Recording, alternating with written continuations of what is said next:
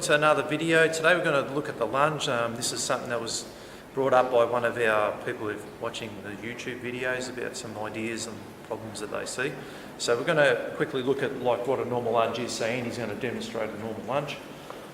So if we're just looking at a static lunge like this, and we know that he doesn't have any injuries or problems with it, so we should see it look good. All right, so that's sort of what a lunge really should look like. If we ask him just to do a couple of forward lunges, usually see a lot more problem with the forward lunge because there's more momentum going into it. If the person can't decelerate the lunge, you'll start to see cracks appear.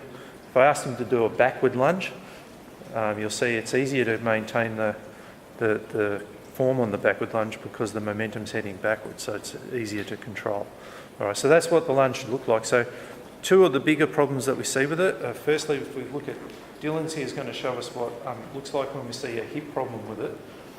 Or some of the ways that we see when we start to see a person not wanting to put pressure in their knees. So they're almost using a deadlift and he's just sticking his butt back because he doesn't want to put any pressure on his back leg because that patella's going to overstretch and he probably doesn't have the flexibility in either the hip or the quad and maybe not the strength on the other side because there'd be a muscle inhibition. So several things going wrong there. So some of the things that Dylan might use, he's going to show us here.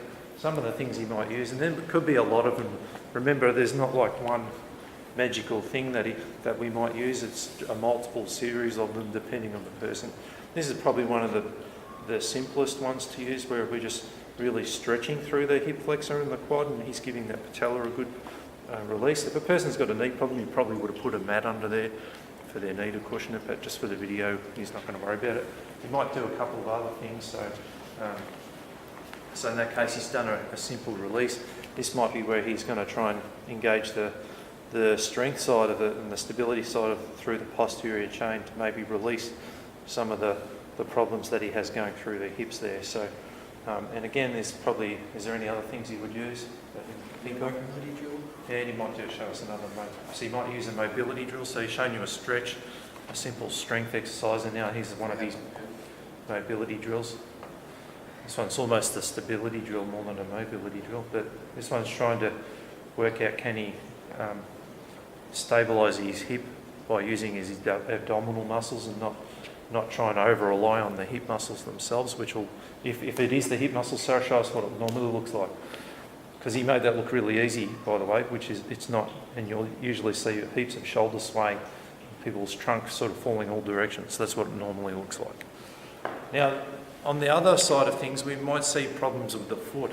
So Nathan here is going to show us what we see quite a lot recently, which is problems with the big toe, where people just don't have the mobility at the big toe, so they have to compensate around the back foot. Obviously, this foot's easy because the toe's flat. That back foot has some real issues. They have to really overcome it. This might be what we might see. Sometimes they might just keep the foot flat. And you can see how when he does that, he's going to put heaps of pressure into the knee here.